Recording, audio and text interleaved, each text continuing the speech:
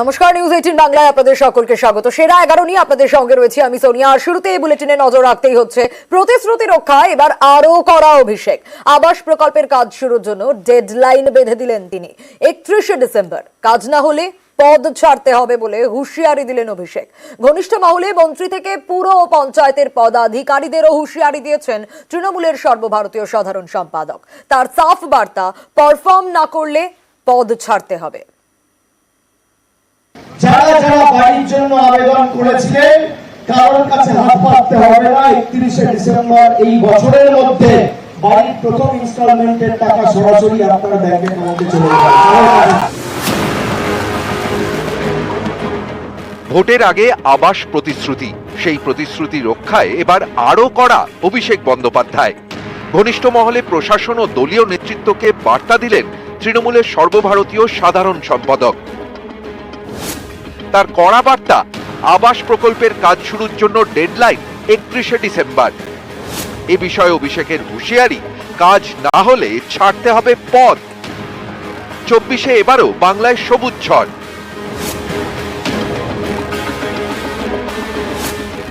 বাংলায় তৃণমূলের আসন 22 থেকে বেড়ে 29।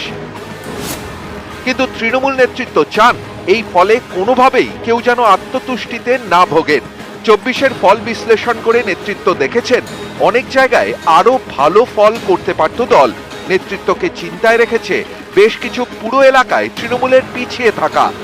এই পরিস্থিতিতে 24 থেকেই 26-এ নজর তৃণমূলের সর্বভারতীয় সাধারণ সম্পাদকের। ঘনিষ্ঠ মহলে শাসক দলের পদাধিকারী ও প্রশাসন সম্পর্কে বার্তা দিয়েছেন অভিষেক বন্দ্যোপাধ্যায়। মন্ত্রী থেকে পুরো পঞ্চায়েতের পদাধিকারীদের হুঁশিয়ারি দিয়েছেন তৃণমূলের সর্বভারতীয় সাধারণ সম্পাদক। তার কড়া বার্তা, পারফর্ম না করলে পদ ছাড়তে হবে। 26-এর আগে দল ও সরকারকে এমন কঠোর নীতি নেওয়ার প্রস্তাব অভিষেকের। নবজোয়ার কর্মসূচিতে দেওয়া প্রতিশ্রুতি পালনের দাবিও জানিয়েছেন তিনি। অভিষেকের বার্তা, স্বাস্থ্য, শিক্ষা, পানীয় জল ও রাস্তায় আরো কাজ করার প্রয়োজন রয়েছে। 24-এ লোকসভা ভোট, তার আগে 23-এ পঞ্চায়েত ভোট। সেই পঞ্চায়েত ভোটের আগে রাজ্য জুড়ে নবজোয়ার যাত্রা করেন অভিষেক। নবজোয়ার যাত্রার সময় স্বাস্থ্য, শিক্ষা, পানীয় জল ও রাস্তা নিয়ে জনগণের দাবি দেওয়া শোনেন অভিষেক।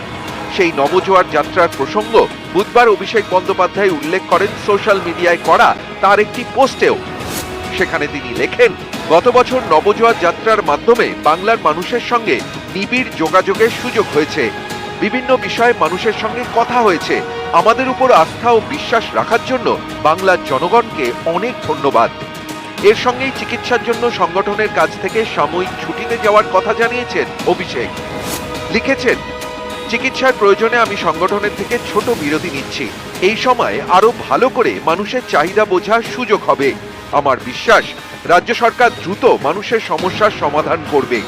মানুষ যাতে ন্যায় বিচার পায় তা নিশ্চিত করবে। নিউজ 18 বাংলা।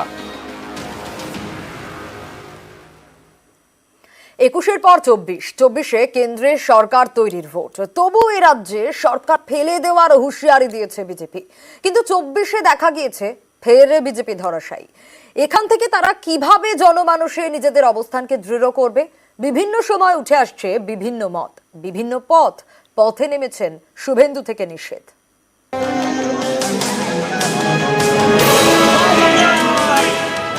21-এ বিধানসভা ভোট, 24-এ লোকসভা ভোট, আবারও বঙ্গে বিজেপির ভরাডুবি।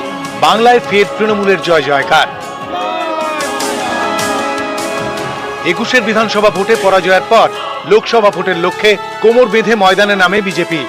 দেয় বাংলায় সরকার ফেলে দেওয়ার হুঙ্কারও। এই রাজ্যে 18টাকে যদি ডবল করে দেন 6 মাসের মধ্যে এই সরকারটাকে বঙ্গোপসাগরে ফেলার কাজ আপনাদের বিরোধী দলনেতা করবে। 36 তো অনেক দূরের কথা। লোকসভা ভোটে বাংলায় বিজেপির প্রাপ্তি 12টি আসন, অর্থাৎ শুভেন্দুর লক্ষ্যমাত্রার 1/3। এতে জোর ধাক্কা খেয়েছে পদ্ম শিবির। এবার তারা কি করবে, কোন পথে চলবে বঙ্গ বিজেপি? এ নিয়ে পদ্ম শিবিরের নানা নেতার নানা মত।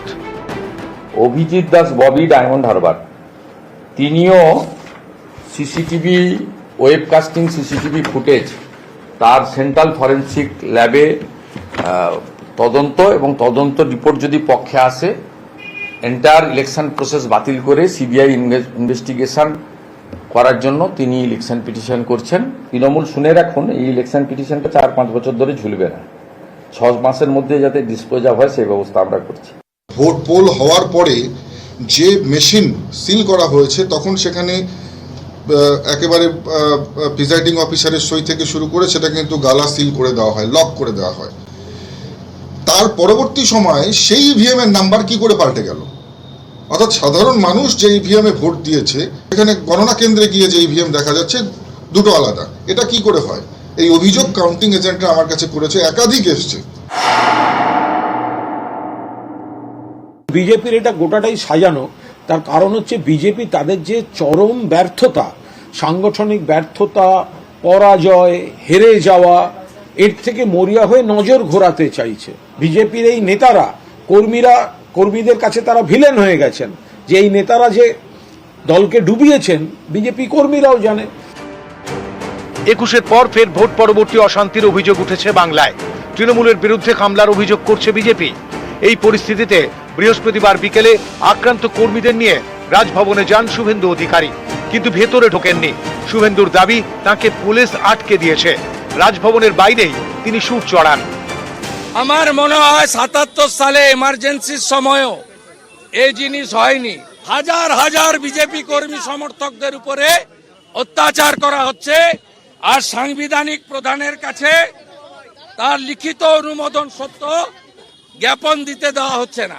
আপনি শুনে রাখুন, আমরাও 2,35,00,000 মানুষের ভোট পেয়েছি। তাই আপনি পারেন না এইভাবে আপনার পুলিশকে ব্যবহার করতে। এই লড়াই আরো তীব্র হবে।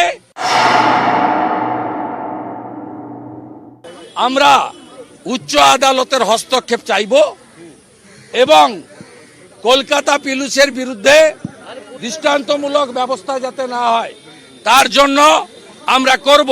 বিনীত গোয়েল প্রস্তুত থাকুন, আপনাকে আমি হুঁশিয়ারি দিয়ে যাচ্ছি।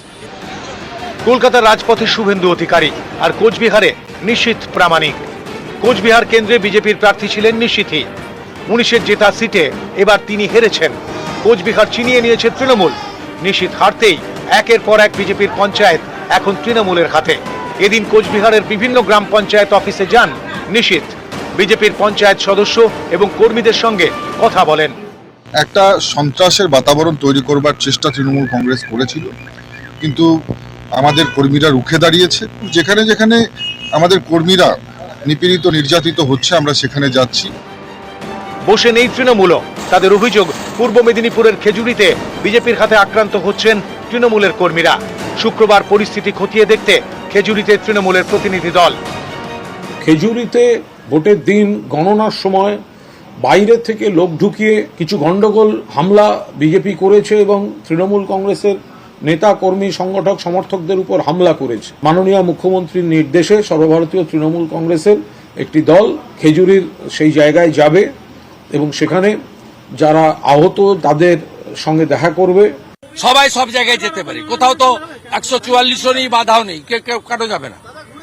রাজনৈতিক কর্মকাণ্ড ওরা আটকায়, ওদেরকে জিজ্ঞেস করুন, আমার কোনো আপত্তি নেই। সবাই সব জায়গায় যাবে, কেন যাবে না? নিউজ 18 বাংলা।